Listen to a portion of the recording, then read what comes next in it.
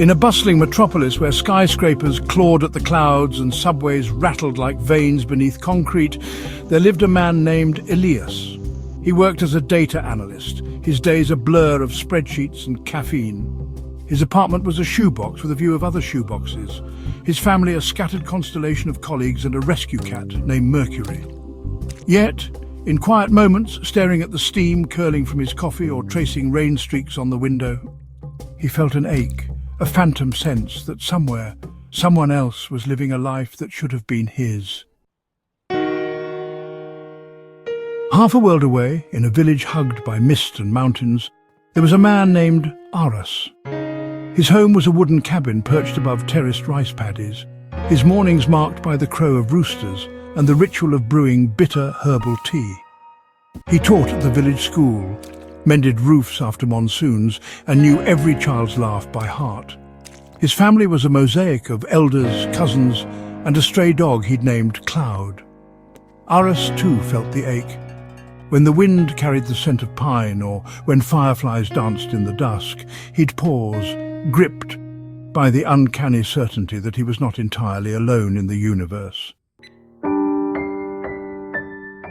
Elias and Aras had never met. They shared no DNA, no history, no language, but their souls, if such a thing exists, were cut from the same cloth. Elias, navigating the anonymity of city life, found solace in puzzles, crosswords, coding, the quiet thrill of untangling chaos into order. Aras, rooted in community, solved problems of a different kind, mediating disputes, improvising irrigation fixes, teaching children to see patterns in the stars. Both men hummed when they worked, both tilted their heads slightly to the left when listening. Both dreamed occasionally of standing on a bridge between two worlds, speaking to a shadow that wore their face.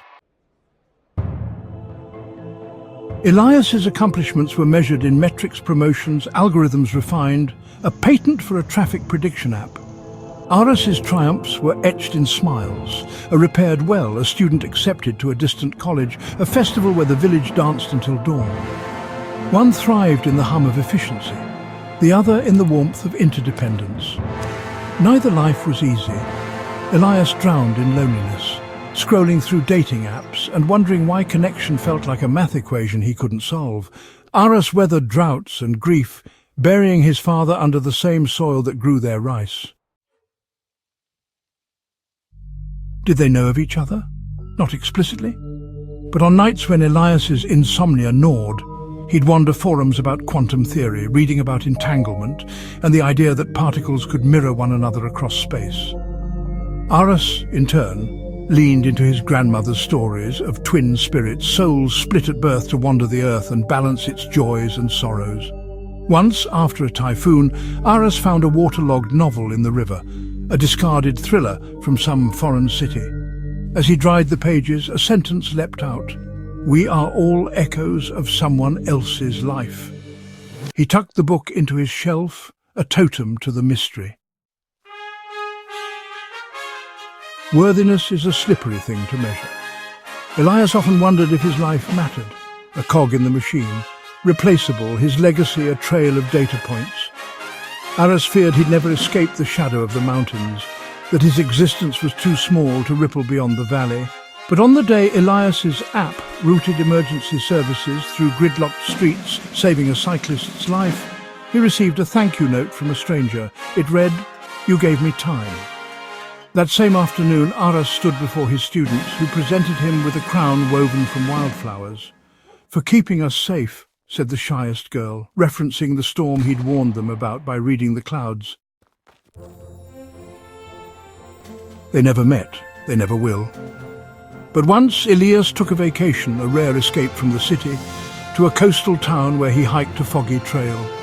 At the summit he found a shrine littered with offerings, coins, beads, a child's drawing. On impulse he left his metro pass, a relic of his parallel life. A week later, Aras, visiting the coast for a teachers' conference, climbed the same path. He pocketed the metro pass, marveling at the photo of a tired-eyed man who looked like him, but older, wearier. He slipped it into his wallet next to a dried lotus petal. Are their lives worthy? Ask the cyclist who lived. Ask the girl who learned to read because Aras stayed up late, lantern-lit, crafting lesson plans. Worth is not a currency traded in grand gestures, but in the accumulation of small, invisible acts.